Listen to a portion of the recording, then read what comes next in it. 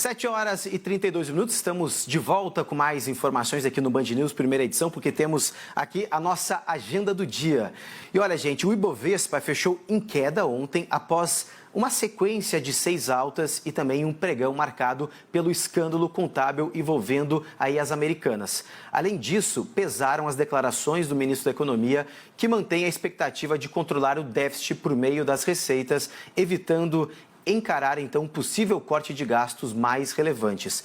Fernando Haddad anunciou as primeiras medidas da pasta para reduzir o rombo nas contas públicas. E é sobre isso que eu converso agora com o Jaime Carvalho, planejador financeiro da Planejar. Bom dia, Jaime. Bom dia, pessoal. Jaime, até a gente viu que a Bolsa deu uma caidinha depois de várias altas. Essas medidas econômicas anunciadas por Fernando Haddad não empolgaram muito o mercado financeiro? Olha, a Bolsa ontem teve um dia particular por conta do efeito das informações que não eram esperadas no até o dia anterior nas lojas americanas, que naturalmente não tem impacto apenas na empresa, tem impacto em outras empresas do setor, no setor financeiro, que empresta dinheiro para a empresa. E eu acho que a queda ontem na Bolsa está mais relacionada a isso do que as medidas que foram anunciadas pelo ministro Haddad. Uhum. E são medidas, algumas, que seria, podemos dizer assim, a questão das receitas, do PIS e COFINS, tem a questão daquele programa de renegociação de dívidas, muito parecido com o Refis, enfim, são medidas que seguem na direção certa, que agradam o mercado financeiro?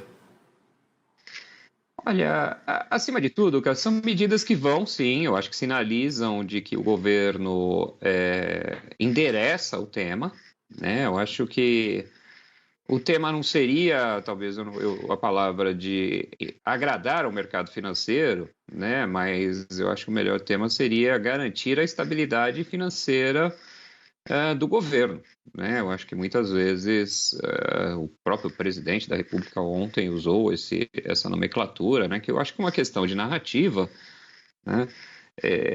Que no final é muito simples. Eu sou economista e sou planejador financeiro, né? Como planejador financeiro, a gente ajuda famílias a buscarem seu equilíbrio, né? O que é o equilíbrio financeiro de uma família, né? É não gastar mais do que recebe, né? Inclusive conseguir poupar para o seu futuro, né?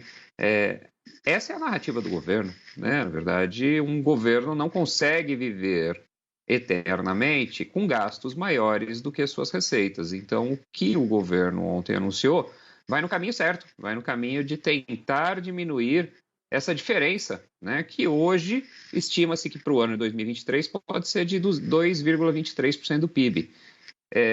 Pode parecer pouco, na verdade o PIB é bastante grande, né? Mas a gente já tem uma dívida grande, então você está incrementando a dívida em cima de uma dívida grande, né? E isso no longo prazo é um grande risco. Jaime, também a gente fala muito quando o nome de Fernando Haddad começou a ser ventilado ali como ministro da Fazenda, houve uma certa desconfiança por parte do mercado, depois de fato ele foi então oficializado como o novo ministro da Fazenda, até mesmo pelo perfil mais político e não mais tão técnico assim. Ainda há uma certa desconfiança do mercado em relação a ele ou já de fato a paz já foi selada? Olha, eu acho que essa desconfiança é muito em relação à narrativa, né? Naturalmente, a gente conhece o tamanho dos desafios, né? E os desafios, eles são da ordem, sinceramente, mais política do que econômica, porque eu acho que qualquer um sabe o que tem que ser feito, né? Você só tem duas formas de chegar num equilíbrio nas suas contas, ou você corta gastos ou você aumenta as suas receitas. Nesse sentido, cortar gastos é uma decisão política, né? Eu acho que o presidente da República ontem mesmo falando de que, puxa, por que vamos falar em salário mínimo como gasto e não investimento? Novamente, é uma questão de nomenclatura, né? Agora, interessa o que entra no caixa e sai do caixa.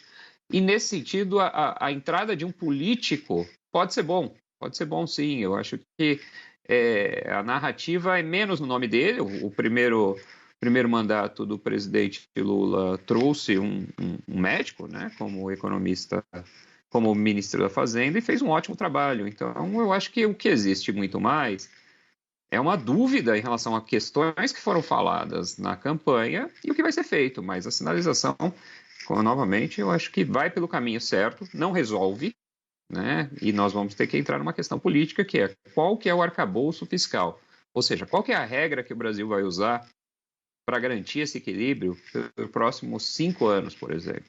Senão, todo ano a gente vai ter uma negociação. Esse vai ser provavelmente o grande desafio, né, de Fernando Haddad em frente à Fazenda, encontrar, né, essa âncora fiscal em substituição ao teto de gastos, né? Inclusive, o prazo é curto, né, até o meio do ano, né, Jaime?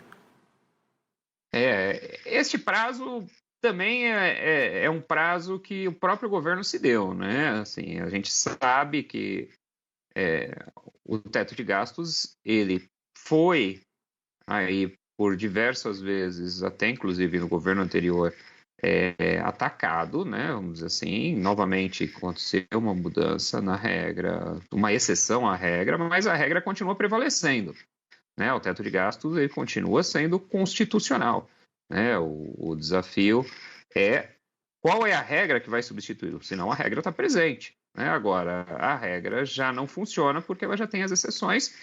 Eu acho que até o meio do ano, eu acho que tenho dúvidas se será suficiente o tempo, porque o tema é mais complexo, né? E por isso que eu falo, o tema é mais político do que econômico. Você tem que decidir de onde você vai cortar gastos, né? Ou se não vai cortar gastos. Se não for cortar gastos, a solução parte por aumento de impostos, né? E aí você vai taxar aonde? Né? A gente, mesmo o presidente da República anterior e o ministro da Fazenda, Guedes, tentaram fazer uma reforma tributária e subir impostos, né? Mudaram os impostos na legislatura passada e não foi possível, né? Eles perderam no Congresso. Então, eu acho que meio do ano nós já estamos próximos, já tem que estar sendo negociado agora.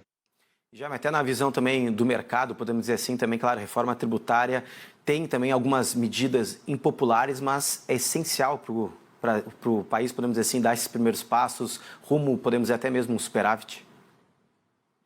Sim, sem dúvida, né? Eu acho que nós temos alguns temas no Brasil, alguns temas que a gente sempre fala, nada como um gasto temporário que não acaba ficando permanente, e nada como uma desoneração temporária que não acaba ficando permanente, né? Então, você precisa reorganizar esse tema, né?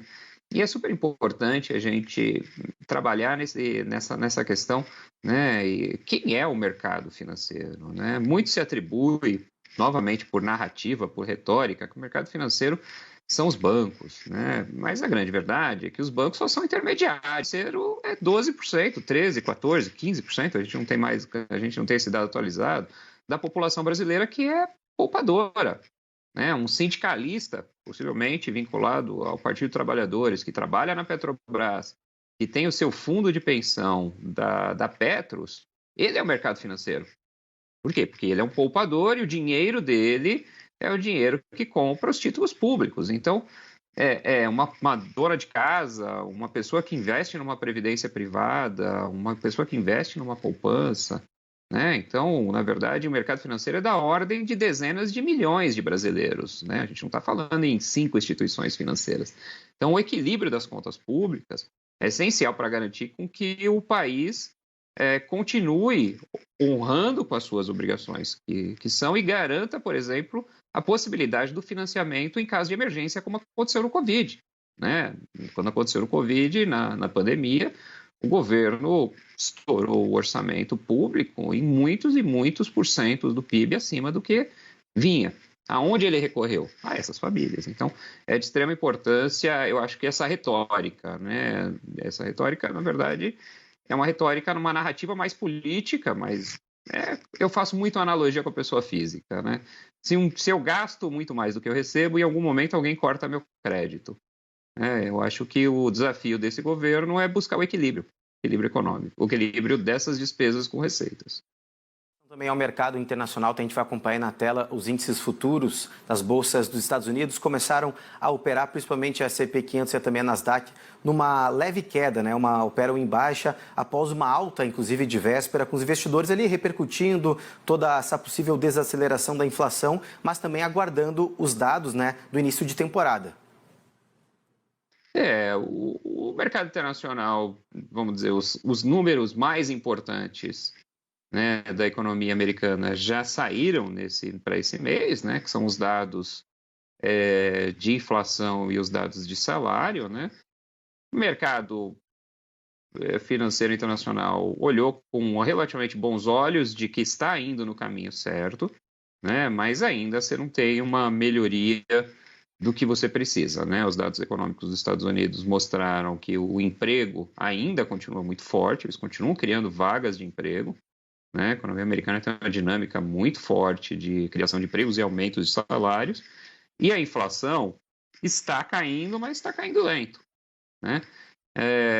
Os dados que começam a sair a partir de hoje são os balanços das empresas, ou seja, o Banco Central americano subiu juros nos últimos meses, né? E a gente agora vai começar a olhar como é que isso está chegando na economia, como é que isso daí está chegando nas empresas. As empresas venderam menos por conta disso? Quando você sobe juros, a ideia é desacelerar a economia. As empresas conseguiram fazer ajustes, ganhos de produtividade, corte de custos que permitiram que o lucro continue igual. Então, essa agora é a dinâmica, que é um primeiro exemplo do que deve acontecer com a economia no ano de 2023. Quer dizer, se as empresas começarem a mostrar uma desaceleração, essa desaceleração uma hora vai chegar nos dados oficiais do governo americano. Jaime, gostaria de agradecer muito a sua participação, trazendo um pouco mais dessa repercussão das medidas anunciadas por Fernando Haddad, também esse rumbo que acabou acontecendo aí nas Americanas e também aí as bolsas internacionais. Obrigado. Obrigado a todos.